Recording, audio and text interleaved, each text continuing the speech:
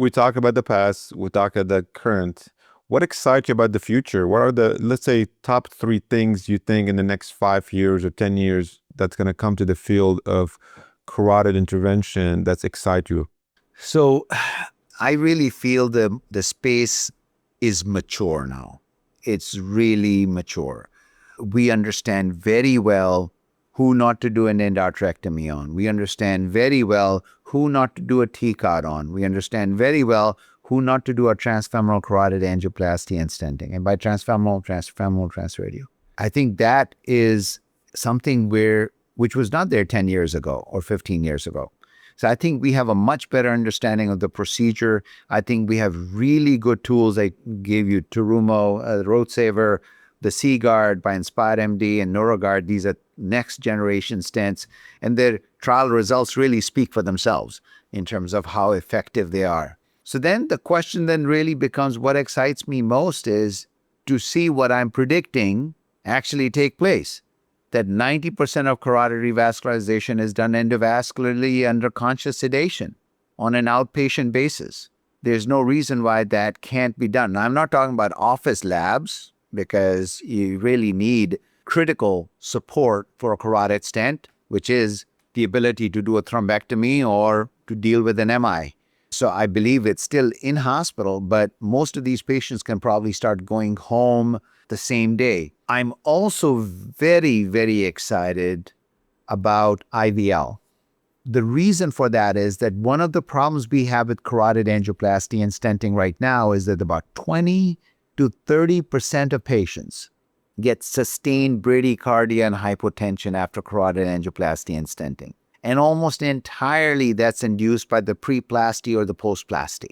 The vagal tone goes up, and then these people can sometimes have MIs because of that sustained hypotension. Then you got to keep them in the hospital, keep them on neo or dopamine for a few days.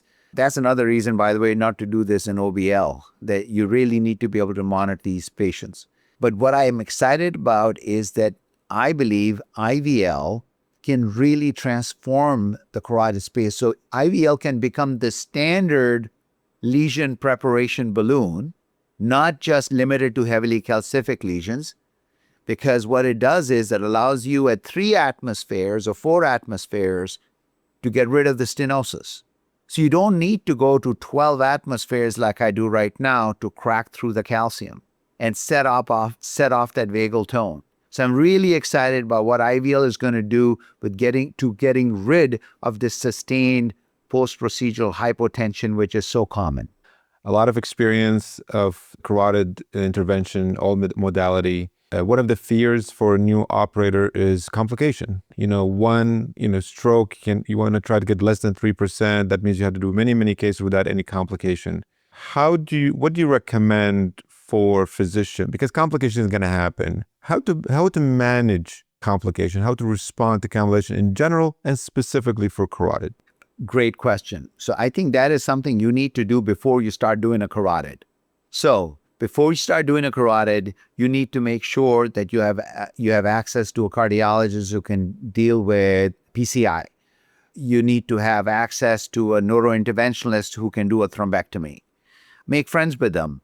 Share with them that you're about to begin a program, and that if you have a complication, you have their number on speed dial so you can call them to help you out. I think that would be good for you. It will be good for them.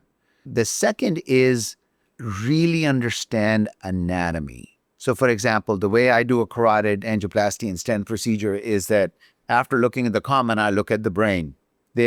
So you really need to get good at neuroangiography to do carotid well. Why? Because you can look at collateral patterns. You can look for other danger signs. You can see vasodilation, early filling, late filling, all kinds of little attributes that will affect complications, will affect hyperperfusion hemorrhage afterwards, for instance. So, or seeing that, there's a little wedge missing on the lateral angiogram suggesting you embolize something. So if you don't know the anatomy, you will not see that. And that's why every single carotid we do, we start off with an AP lateral, and then we end with an AP lateral of the intracranial circulation. From the common is fine. You don't need to go internal. Really, to be able to compare side by side there's been no change. So I think meticulous angiography, careful aortic catheterization, slick open procedures. Another really good point is, so what I do is I do the common carotid injection and I do the roadmap and I heparinize. So I know everything is good, I'm going to do it. And then I bring my balloon guide and leave it deflated. Then I do my measurements on that angiogram. I pick my pre-dill balloon if I'm going to use it. I would pick my post-dill balloon if I'm going to use it. I pick my stent. I pick my filter. And then what I do is I have everything prepped and on the table and open. The IVUS, the balloons, the stent, the filter, the retriever, everything is open on the table, good to go. And so what happens is that my procedure ends up being 4 or 5 minutes long. But if you're going to have the staff open one thing at a time during the procedure, you'll have a filter time of 20 minutes, and that directly correlates with complications. So the quicker the procedure, the better the safety profile. So those are a few pointers. But again, I mean, if somebody comes and spends a few days with us here, they'll see a whole bunch of carotids, and this will be imprinted in their memory forever. So select your right patient for the first 25, 50 cases. Make sure to avoid cases. Don't be a cowboy, even like me living in Texas. Still stay away. There's no cowboy in carotid. Keep it short, keep it sweet, keep it simple.